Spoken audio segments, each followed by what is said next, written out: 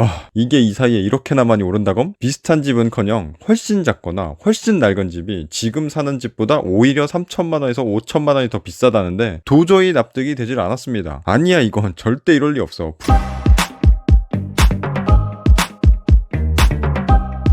검하이 시청자 여러분 안녕하세요. 부동산 얘기하는 20억 만등 투자 검하입니다. 저는 예전에 집값은 거품이라며 곧 하락할 거라는 강한 믿음을 가지고 있었고요. 당시에는 나름 돈도 꽤 벌고 있었기 때문에 돈을 모아서 충분히 좋은 집을 살 수 있을 거라고 생각했었거든요. 결혼할 때도 너무나 당연하게 전세로 들어갔었고요. 첫 신혼집에서 3년 정도 전세로 살다가 집에 곰팡이가 너무 펴서 이건 도저히 못 살겠다며 다른 집을 알아볼 때에도 전세로 집을 구했어요. 당시에도 내가 살고 싶어 할 만한 집의 가격은 항상 언제나 늘 비쌌었거든요. 전세로 살면서 집값이 떨어지기만을 기다리고 있던 어느 날 전세 계약 기간이 아직 8개월 넘게 남아있던 시점에 집주인으로부터 이사를 나가라는 얘기를 듣게 되었습니다. 헐, 대박. 물론 법적으로 계약 기간이 남아있었기 때문에 강제로 쫓겨나는 건 아니었고요. 집을 사고 싶어하는 사람이 나왔는데 실거주를 하고 싶어 한다고 본인도 이 기회에 집을 팔고 싶으니 계약 기간보다 빨리 이사를 나가주면 이사비로 500만 원을 주겠다는 조건을 제시받았었어요. 잠깐만, 어차피 8개월 뒤면 계약이 끝나서 연장 계약이 안 되면 이사를 가야 되는데 조금 더 빨리 나가게 되면 500만 원이나 받을 수 있다검? 개꿀? 지금도 500만 원이면 큰 돈이지만 당시에는 더 큰 돈이었기 때문에 조건은 정말 괜찮은 조건이었어요. 집주인의 거래를 받아들인 저는 그때부터 또 전세를 알아보러 다니기 시작합니다. 왜 또 전세냐고요? 거품이 낀 집값은 곧 내려갈 거니까, 나는 꽤 잘 버는 편이니까, 돈 모으면 충분히 집 살 수 있을 거니까 거품 잔뜩 낀 집값을 대출받아서 은행에 이자까지 내가면서 집을 사는 흙그짓은 절대로 하지 않겠다는 굳은 신념으로 동네 부동산을 방문하기 시작했었는데요. 하지만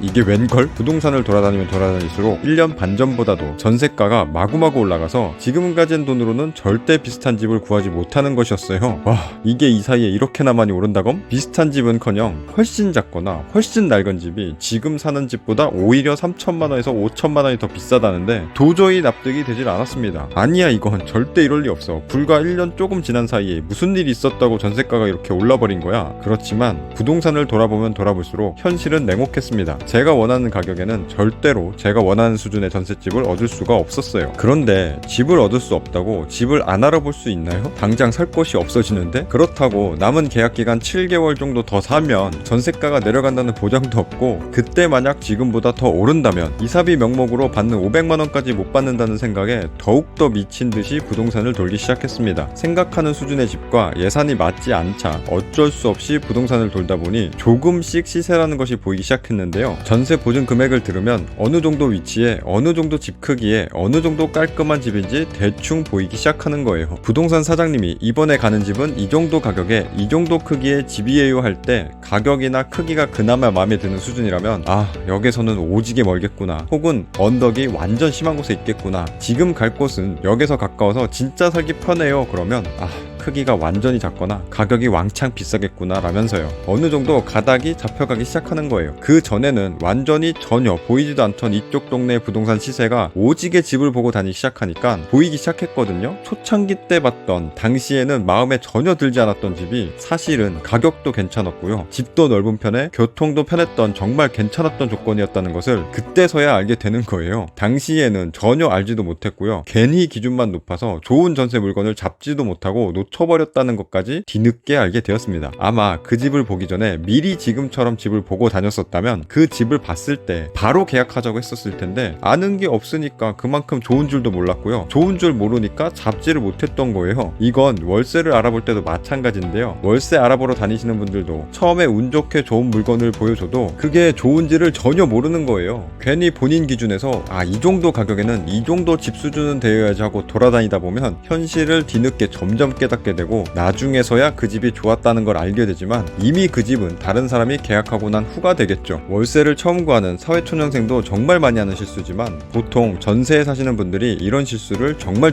많이 합니다. 본인이 필요해서 집을 알아보러 다닐 때에만 집값에 관심이 조금 생길 뿐이고요. 어찌 계약을 하고 그 집에서 계약기간 동안 편하게 살다 보면 어느새 집값에 대한 관심은 사라져버리고 일상으로 돌아가 버려서요. 계속해서 바뀌고 있는 부동산 상황을 제대로 알지 못하게 된다는 게 엄청 엄청난 문제가 있어요. 이렇게 되면 이제 뉴스에서 집값이 오른다고 나오면 저거 거품이네 하고 무시하게 되고요. 뉴스에서 집값이 조금 하락한다 그러면 역시 그럴 줄 알았다, 지금보다 더 폭락해야 정상이지 하면서 계속 한 귀로 듣고 한 귀로 흘려버리게 되는 거예요. 여러분, 이렇게 되면 진짜 큰일 납니다. 계약할 때마다 깜짝깜짝 놀랄 수밖에 없어요. 살다 보면 집값은 내려가는 순간이 있어도 전세가는 진짜 오지게 안 내려가거든요. 오히려 저같이 집값이 폭락할 거다라고 믿는 사람이 많으면 많을수록 서로 집을 사려 하지 않고 전세를 얻으려고 해서요, 집값은 내려가지만 반대로 서로 전세 살려고 하기 때문에 전세가는 오지게 오릅니다. 당시 갑자기 집을 사겠다는 사람이 나와 집주인이 이사비 500만 원을 주겠다는 제안을 하지 않았다면 당시 저는 더 몇 개월 뒤에 전세를 알아보러 다녔을 테고 그때보다 더 오른 전세값으로 인해 더 안 좋은 집을 계약하게 되었을 테지만 불행 중 다행이라고 그나마 3, 4개월 미리 집을 알아보러 다니게 되면서 그나마 괜찮은 집에 전세를 들어가게 됩니다.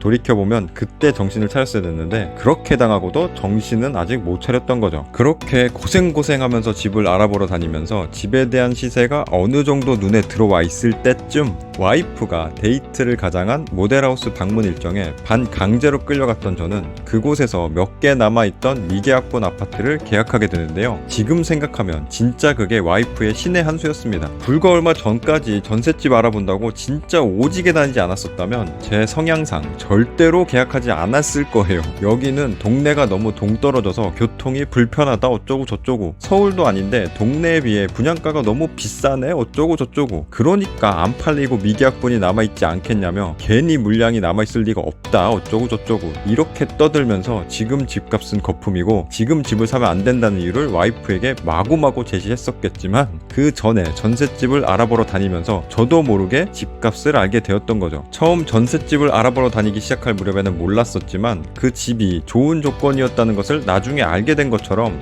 이 지역에 이 가격에 이 분양가면 정말 괜찮은 가격이고 이것이 정말 좋은 기회라는 것을 그 전에 오지게 알아보고 다녔으니까 알게 됐던 거예요. 물론 그렇게 당하고도 서울의 물건들은 그때까지도 가격이 너무 비싸다고 생각하고 있었으니 와이프의 선택은 제 생각까지 꿰뚫어 보고 이 남자가 납득할 만한 가격대, 그나마 최선의 지역으로 저를 데리고 왔던 것이었습니다. 정말이지 지금 생각해도 그 모델하우스 방문 일정은 소름이 쫙. 그래서 저는 집을 처음으로 사게 되었는데요. 신기하게도 집을 가지게 되면요, 저절로 집값에 대해 계속 관심이 가게 되고요, 주기적으로 부동산 가격을 체크하게 되며 남이 시키지 않아도 부동산에 대해 알아가기 시작하게 돼요. 그러면서 좀 더 객관적으로 부동산 시장을 바라볼 수 있는 눈이 생기게 되는데 이게 정말 리얼 중요합니다. 내 주관적 느낌보다 객관적으로 바라볼 수 있다는 건 남들이 가지기 힘든 굉장한 무기가 될 수 있거든요. 물론 집을 사게 되더라도 전세에 살 때처럼 이제 내 집이 생겼으니 이제는 이사 다닐 일이 전혀 없다면서 예전보다 더 집값에 신경을 안 쓰는 사람들도 있습니다만 남들은 아끼고 돈 모으고 집 팔고 더 좋은 집으로 갈아타면서 자산 증식할 때 전혀 모르고 있다가 비슷하게 살던 사람들이랑 자산 격차가 어마어마하게 벌어져 있다는 것을 시간이 한참 지나고 나서야 알게 되고 뒤늦게 후회하게 되는 거예요. 무주택일 때 바라보던 부동산 시점과 유주택일 때 바라보는 부동산 시점은 진짜 천지 차이입니다. 그렇기 때문에 내가 아직 무주택이라고 하더라도 꾸준히 부동산에 관심을 가지고 계속 알아봐야 돼요. 그러면 나중에 내가 실제로 집을 계약하게 될 때 그 집이 좋은 집인지 아닌지 판단할 눈이 생기게 되고 월세를 구할 때나 전세를 구할 때나 내 집을 살 때나 부동산 거래를 할 때 항상 써먹을 수 있습니다. 평범한 사람들은 집을 계약할 때 본인의 인생에서 가장 큰 금액을 거래하는 거잖아요. 본인이 인생에서 가장 큰 금액을 거래할 때 손해를 보면 되겠어요? 이건 진짜 살면서 반드시 필요한 능력인데 왜 학교에서는 이런 거 안 알려줘? 만약 그때 당시 제 집주인이 집이 안 팔렸고 전셋값도 별로 안 올리는 소위 말하는 착한 집주인이어서 오래오래 편하게 살라고 했었다면 지금은 어떻게 되었을까요?